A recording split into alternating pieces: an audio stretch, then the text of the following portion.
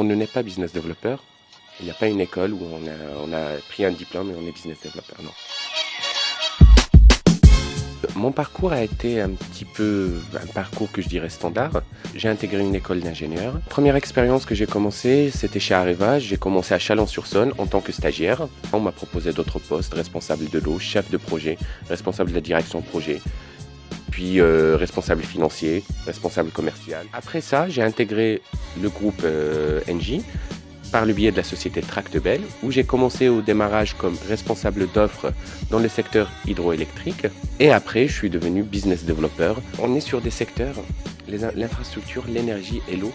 Par exemple, Tractebel, elle était l'initiatrice du projet Caleta en Guinée.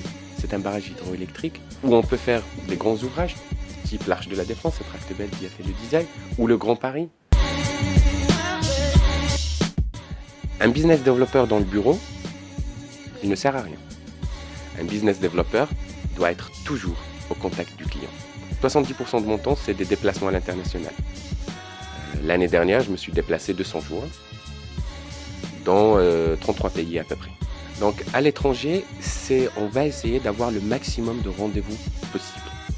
Le but, c'est d'avoir de l'information. Quand je me réveille le matin, j'ouvre les sites des bailleurs de fonds, donc les grandes institutions financières qui financent les projets, pour que je regarde quels sont les projets qui vont être financés. Donc notre travail, c'est de rencontrer des ministres, d'essayer d'avoir le Saint Graal pour rentrer à la présidence du pays où on va. Tous les ministres, les directeurs de cabinet des ministres, les secrétaires généraux, qui nous donnent d'abord le cadre global de la vision où le pays va. Puis on va rencontrer les directeurs des sociétés pour lesquelles on veut vendre un service, l'équivalent d'un EDF ou d'un Engie dans chacun de ces pays-là. Puis on va rencontrer l'ensemble des grands décideurs privés, l'équivalent d'un Bouygues ou d'un Vinci.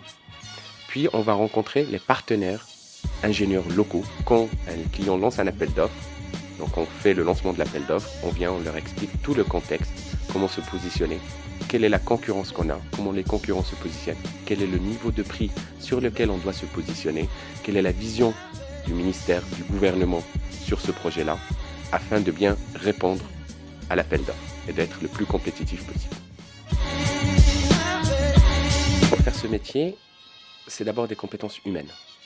Le relationnel, la communication, c'est les deux plus grandes compétences. Puis on va avoir la compétence d'analyse, de marketing, être vraiment aligné sur l'objectif qu'on doit atteindre pour ne pas se disperser en fonction du secteur où on travaille, avoir une idée globale du secteur. Quand on devient business developer, on va regarder son parcours. Est-ce qu'il était ingénieur, commercial, manager? Et en fonction de ça, on va définir sa fourchette de salaire. On va être entre 45 000 et 60 000 euros pour un business developer qui démarre. Maintenant, on est dans l'ère digitale. Donc, le business development ne passe plus juste par le fait d'aller rencontrer un client, mais aussi par l'image qu'on donne. Un client, avant de venir nous voir, et même si je vais le voir, il va consulter notre site internet. Tout cela, on doit être très prêt.